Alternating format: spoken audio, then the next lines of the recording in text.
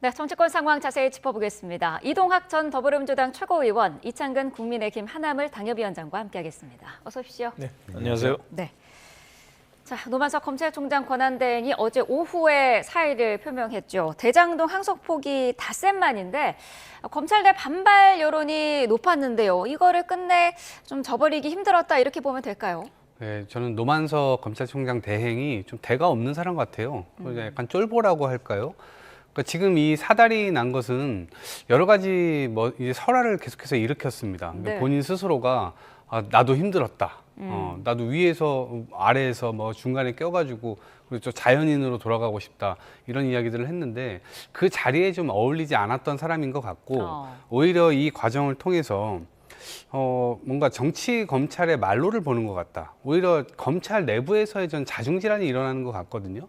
그래서 그 말로 속에서 이 정치 검찰의 어떤 시대적 소명이 한계를 맞이한 것 아닌가 오히려 그런 생각이 들고 네. 지금 그러한 상태에서의 반발이나 이런 것들이 내부적으로 굉장히 심한데 저는 그것이 일관성이 없었다라고 네. 하는 점에서 국민들의 어떤 지탄 이런 것들이 검찰로 향하게 되지 않을까 싶습니다.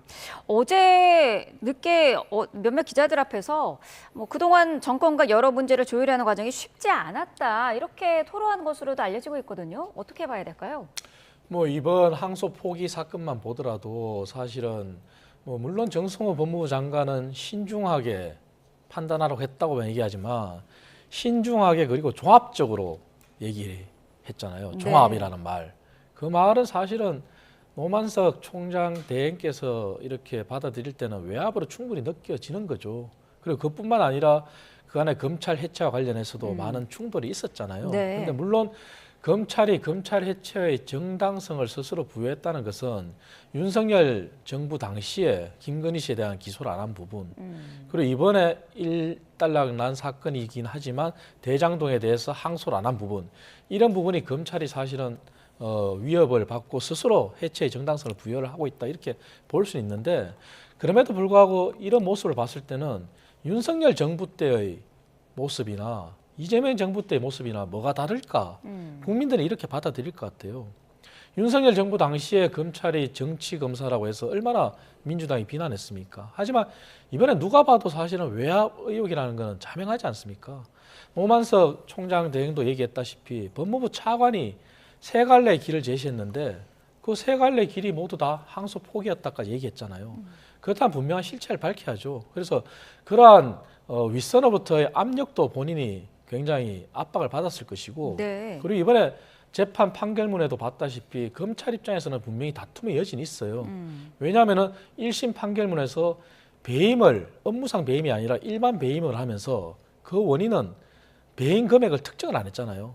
그리고 택지 수익에 대한 그것만 놓고 보더라도 6천억의 택지 분양 수익이 있었는데 성남시가 가져간 거는 1,800억이고 그 나머지 4,200억에 대해서 부당이익이라는 것도 법원에서 인정을 한 거거든요. 하지만 그 금액이 얼마만큼의 부당이익인지를 특정을 하지 않은 거죠.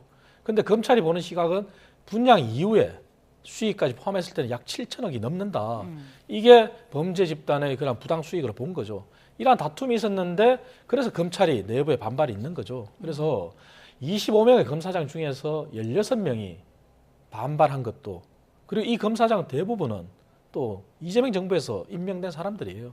그러나 위로부터 아래로부터 이러한 반발이 상당한 압박으로 느꼈겠죠. 예. 네, 민주당의 입장에서도 좀 들어봐야 될 것 같은데 정권과 여러 문제를 조율하는 과정에서 쉽지 않았다.